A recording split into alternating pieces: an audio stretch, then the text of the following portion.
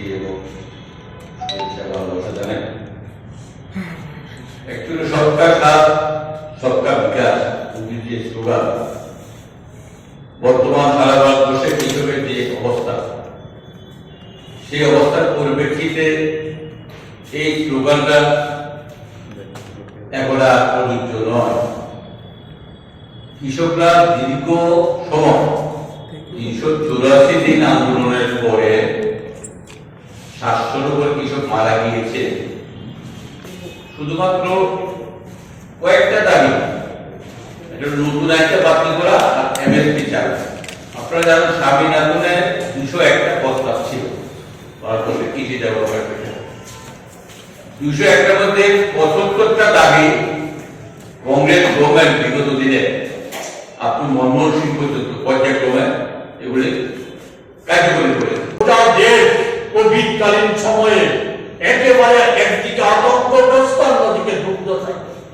সেই সময় পার্লামেন্টের সংখ্যাগরিষ্ঠতার জোরে মোদীজি সেই আইনগুলিকে পাস করিয়ে সেই আইনের প্রতিবাদে দেশের ৫০০টা কৃষক সংগঠন ২০ সালের ২৬শে নভেম্বর থেকে লাগাতার আন্দোলন শুরু করে এবং সেই আন্দোলন চলে আপনার ৩৮৪ দিল্লি অভিমুখী। বৃষ্টি, রোদ, শীত উপেক্ষা করে কৃষকরা সেই আন্দোলন চালিয়েছিল। ৭৫০ জন কৃষক সেখানে এই আন্দোলন করতে গিয়ে শহীদের মৃত্যুবরণ করেছিল। অবশেষে ২১ সালের ২৯শে নভেম্বর মোদীজি বাধ্য হয় সারা দেশে জনমত সৃষ্টি হওয়ার ফলে এই আইন প্রত্যাহার করতে পার্লামেন্টে সিদ্ধান্ত নিয়ে ঘোষণা করে প্রত্যাহারে। সেই সময় কৃষকদের সংগঠনের সাথে লিখিত চুক্তি হয়েছিল। সেই চুক্তিতে ছিল, আমরা সব বিষয় বলতে চাই না, স্বামীনাথন কমিশনের যে সুপারিশ, সেই সুপারিশ অনুযায়ী কৃষকদের ফসলের ন্যূনতম মূল্য যাকে বলা হয় এমএসপি, তার C2 প্লাস 50% ভিত্তিতে কার্যকরী করা হবে। সার, বীজ সহ কীটনাশক, কৃষি সামগ্রী এগুলিতে ভর্তুকি যা ছিল এটা বাড়ানো হবে। কৃষকদের ঋণ যা ছিল এককালীন মুকুব করে দেওয়া হবে এবং সেখানে পেনশন, কৃষি পেনশন, কৃষকদের পেনশন চালু করা হবে। কিন্তু দুঃখের বিষয়, মোদীজি অন্যান্য প্রতিশ্রুতিগুলি যেমন দেশে রক্ষা করেননি, এখানে এই সময়ে দেওয়া মোদীজির পার্লামেন্টের ভেতরে সেই প্রতিশ্রুতিগুলি রক্ষা করে। এর পরিবর্তে আমরা দেখলাম সেখানে একটা আইন আনার চেষ্টা করেছে, যে কৃষকদের পূর্বতে একটা আইন আনার চেষ্টা করেছে ন্যাশনাল এগ্রিকালচার পলিসি, যাতে কর্পোরেটদের আরো বেশি সুবিধা করে দেওয়া হয়েছে।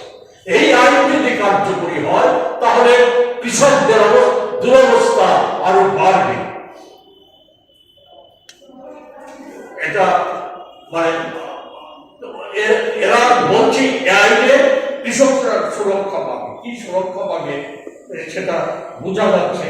আমরা যদি দেখি যে কৃষি ক্ষেত্রে কৃষকরা বলা হচ্ছে ২২ সালের পর আর এই কথাটা বলে না, কৃষকদের আয় দ্বিগুণ হয়ে গেছে। সেখানে কৃষক কল্যাণে গৃহীত নানা কর্মসূচির কথা বলা হচ্ছে। আমি সংক্ষিপ্ত কয়েকটি ছোট উদাহরণ।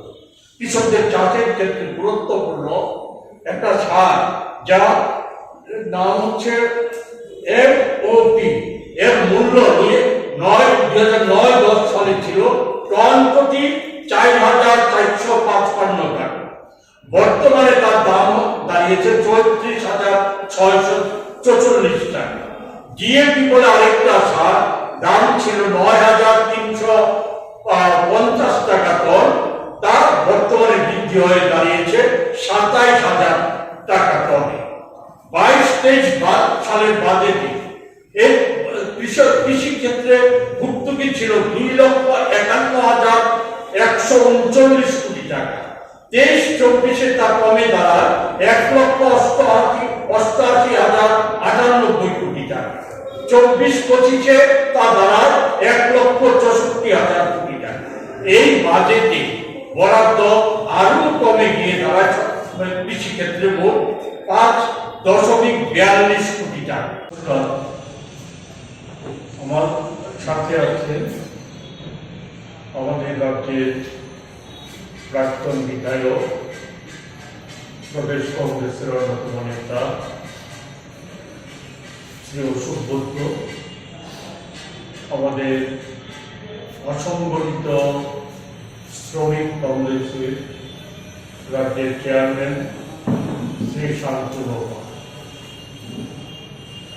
আমরা যে দিকটার প্রতি আপনাদের দৃষ্টি আকর্ষণ করতে চাই, সকলেই অবগত আছে আমাদের দেশের যে মোট জনসংখ্যা তার বলা যায় 3/2 হচ্ছে কৃষিজীবী এবং শ্রমজীবী অংশের মানুষ।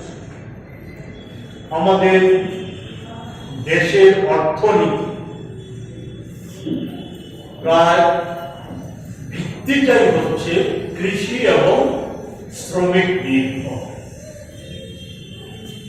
এটা আমি দীর্ঘ ইতিহাস বলতে চাই না, আমি এই সাম্প্রতিক সময়ের কয়েকটা তথ্য শুধু সংক্ষেপে তুলে ধরার চেষ্টা করব। যে আমরা যদি দেখি 2014 সালের পূর্বে বিশেষত ভারতীয় জনতা পার্টি এবং সেই দলের অন্যতম সেই সময়কার নেতা আজকের প্রধানমন্ত্রী মোদীজি আর ভারতবর্ষে একেবারে বৃহৎ যে মিডিয়া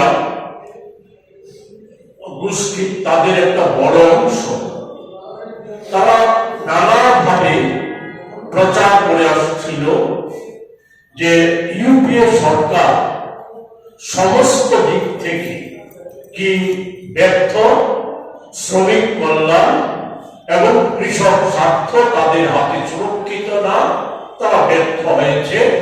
আরো নানা বিষয়, দুর্নীতিবাদ, বেকারিত্ব সৃষ্টিকারী, দেশের দুর্দশা সৃষ্টিকারী, এই সমস্ত অসংখ্য অভিযোগ উত্থাপিত করে তাদের ব্যর্থতাকে তুলে ধরেছে। নানা প্রতিশ্রুতি দিয়েছিল, অনেক প্রতিশ্রুতি যেগুলি বলতে চাই। কৃষকদের কল্যাণে, শ্রমিকদের কল্যাণে অনেক সুন্দর সুন্দর প্রতিশ্রুতি, সুন্দর সুন্দর কথা উপস্থিত করেছে। আমরা 2014 সালের পর থেকে আজ পর্যন্ত এবং সম্প্রতি যে বাজেট অধিবেশন চলছে, এই বাজেট পর্যন্ত যদি আমরা একটু চোখ বুলিয়ে নিই, তাহলে কি দেখা যাচ্ছে, আমি শুধু প্রথম যদি কৃষক কল্যাণটাই যদি ধরি, কৃষকদের কল্যাণের প্রশ্নে অনেক সুন্দর সুন্দর কথা, এত সুন্দর কথা অতীতে কখনো শোনা যায়নি। আপনারা শুনেছেন কিনা আমি জানি না, কিন্তু আমি শুনি মোদীজি আসার পর নানা সুন্দর সুন্দর প্রকল্প, নানা কথা আমরা শুনতে পাচ্ছি, কিন্তু তার সাথে কাজের কোনো মিল নেই।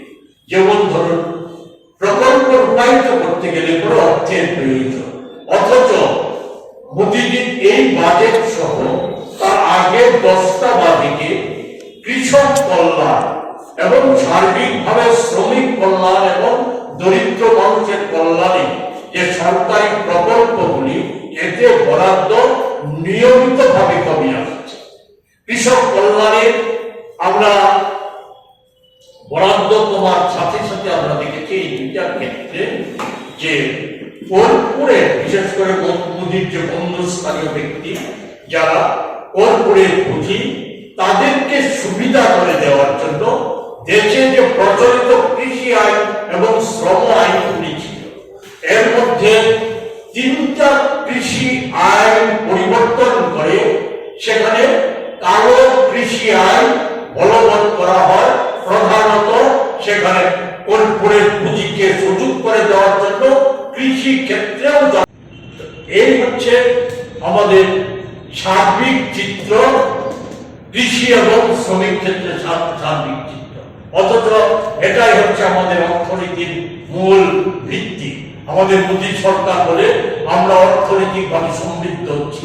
মোদী সরকার সম্প্রতি বাজেট অধিবেশন চলাকালীন সময়েও কতগুলো সরকারি প্রকল্পে বলে বেরোচ্ছে ভারতবর্ষ নাকি এখন বিনিয়োগের অন্যতম ক্ষেত্র, বিদেশি বিনিয়োগরা নাকি এই সময় ভারতবর্ষে বিনিয়োগ করছে। অথচ সরকারি তথ্য থেকে দেখা গেছে আমাদের দেশ থেকে যে বিদেশি বিনিয়োগকারীরা এই সময় পর্যন্ত ফেব্রুয়ারি মাসের প্রথম সপ্তাহ পর্যন্ত 17 লক্ষ কোটি টাকা বিনিয়োগ তুলে নিয়ে গেছে। আমাদের ঋণের পরিমাণ, সরকারের ঋণের পরিমাণ সে হচ্ছে জিডিপির 83%। সাথে আছে উত্তরে এক কথায় বলা যায় ঋণের ভারে আমরা উচ্চ হয়ে গেছি। আমাদের দেশের অর্থনৈতিক অবস্থা যাই কিছু করার চেষ্টা করো, নানা কথা বলছে। আমরা আজকে নানাভাবে প্রচার মাধ্যমে এগুলি বেরিয়ে আসছে, আমাদের দুর্দশার চিত্র, দরিদ্র মানুষের দুর্দশার চিত্র এগুলি বেরিয়ে আসছে। এগুলি নিয়ে বলতে যে নজরুল বাবা আছে, শান্তনু বাবা আছে, এরা চুপ করার থাকলে চুপ করবেন। আমাদের যে বৈদেশিক মুদ্রা ভান্ডার এটাও ভয়ঙ্কর ভাবে কমে গেছে। এটা এই সময়ের মধ্যে গত কয়েক মাসে 5,690 বিলিয়ন ডলার কমে গিয়ে বর্তমানে দাঁড়িয়েছে 6,34,585 বিলিয়ন ডলার, যা গত 10 বছরের তুলনায় সর্বনিম্ন।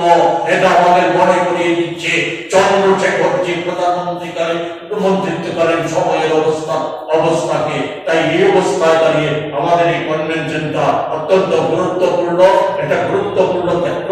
এই ক্ষেত্রে আমরা সর্বভারতীয় পরিস্থিতির নিরিখে এবং রাজ্যের পরিস্থিতির নিরিখে যে দাবি সনদ তৈরি করেছি, সর্বভারতের দাবি সনদের সাথে এই দাবিতে আমরা রাজ্যব্যাপী এই কৃষক শ্রমিকদেরকে আরো বেশি বেশি করে সংগঠিত করে আমরা দেশের এই যে অরাজক অবস্থা, অর্থনৈতিক অবস্থা, এর প্রতিবাদে আন্দোলনে সামিল করার আমাদের কাছে বিকল্প কোনো পথ খোলা নেই। এই ক্ষেত্রে কথা বলে শেষ করবো, মোদী জমানায় বিকশিত হচ্ছে শুধু ধন কুবেররা আর অসৎ উপায়ে যারা অর্থ উপার্জন করছে, আর শ্রমিক কৃষক বেকার যুবক সর্বংশের মানুষ উপেক্ষিত। এর থেকে দেশটাকে মানুষকে রক্ষা করতে গেলে পরে যত দ্রুত সম্ভব বিজেপি শাসনের অবসান ঘটাতে হবে।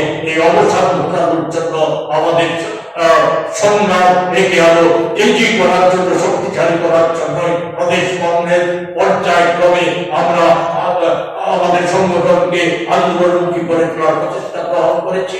এর দিকে 16 তারিখ আগামী পরশু আমাদের এই কনভেনশন হতে যাচ্ছে।